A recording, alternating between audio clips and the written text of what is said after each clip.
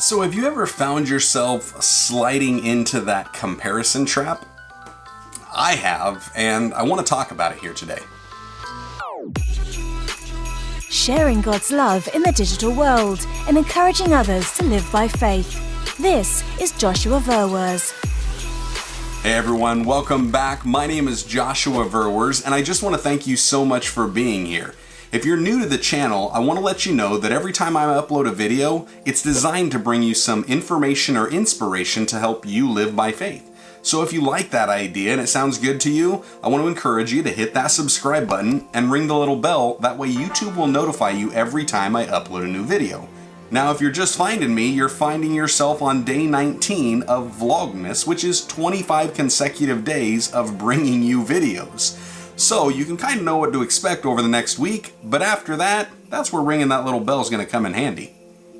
So something that I've been noticing going on in my own personal life and also online, not just currently, but for years, has been Christians falling into what I call the comparison trap.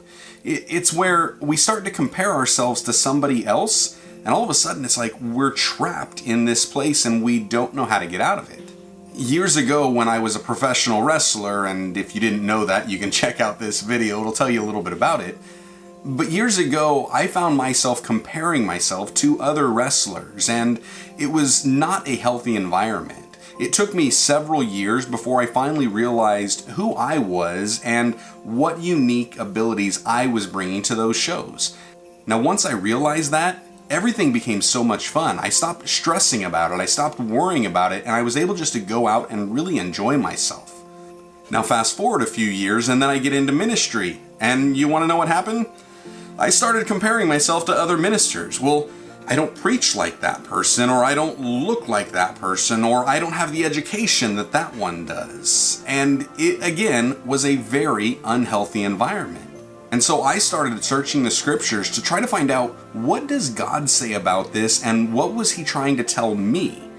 And what I found out was a slap upside the head. Have you ever watched the show NCIS? My mom refers to this moment as a Gibbs slap, where I opened up the Bible and all of a sudden it was like God walking up behind me. And when I searched this out, I found this interesting passage out of 2 Corinthians chapter 10. And in the Amplified Bible, it really says that when these people are measuring themselves by themselves and they compare themselves with themselves, they lack wisdom and behave like fools.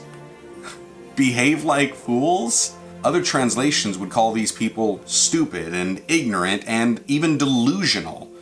And I started to realize, wait, I am kind of delusional if I think that I should behave and act and even have the same results as somebody else when they're not me and I'm not them. The problem with comparison is it's corrosive. It'll either puff you up with pride or it'll drive you down to despair. And either scenario is not good. And then I came across Hebrews chapter 12 verse 1, where it's really saying that we need to run the race that is set before us, and we need to do so with a perseverance or a patience about it.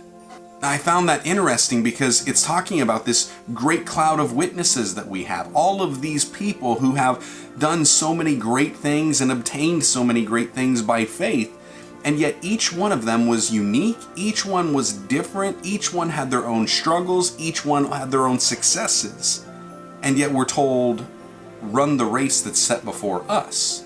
I shouldn't be running the race that's set before you. You shouldn't be trying to run the race that's set before me. God created you to be you and accomplish what only you can do with his help. He did the same thing for me. I am uniquely me. There is no one else like me because God created me this way. And yet I have unique gifts, talents, and abilities that God is going to use for a specific outcome. So where does that leave us? Hey, I'm glad you asked. If you just jump back a couple chapters, you'll see that the writer of Hebrews was saying that we need to be encouraging each other. And you can also see that King David had to encourage himself.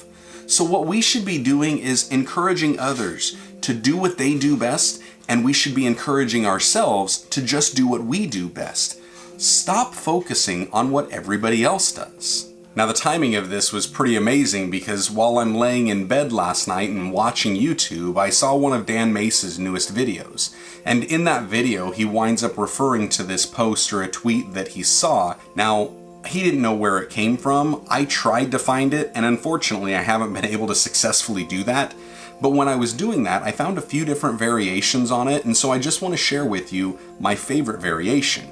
And it reads like this: New York is 3 hours ahead of California, but that doesn't mean California is late or that New York is fast. Someone graduated at the age of 22 and waited 5 years before securing a good job, while another graduated at 27 and secured employment immediately. Someone became CEO at 25 and died at 50, while another became CEO at 50 and lived to be 90 years old. Someone is single and someone else got married. Someone waited 5 years before they had a child, while another had a child within the first year of marriage. Obama retired at 55 and Trump started at 70. Everyone in this world works based on their time zone.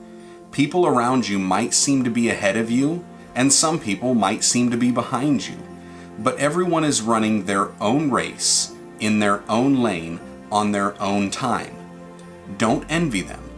Don't mock them. They are in their time zone and you are in yours. So relax. You are not late. You are not early. You are very much on time. Now, I found that extremely encouraging because it reminded me that I've got my own pace to my own race. And yet, if I will just focus on what God's got for me and focus on being more like Him, that's all I really need to do. I don't need to worry about what everybody else is doing. I don't need to try to keep up with the Joneses, so to speak. Instead, I just need to daily strive to be more like Christ and to be better than I was yesterday. If I can do that, I'm truly on that path to success, and I'll truly be able to finish the race that God has set before me. Now, I hope that spoke to you. I hope it ministered to you in a way that it ministered to me. I just want to encourage you guys, and I want to bless you guys so much. So if you enjoyed this, would you please consider going ahead and hitting that share button? It might bless somebody else. And until tomorrow, I just want y'all to stay blessed, enjoy God's best, and have a Merry Christmas.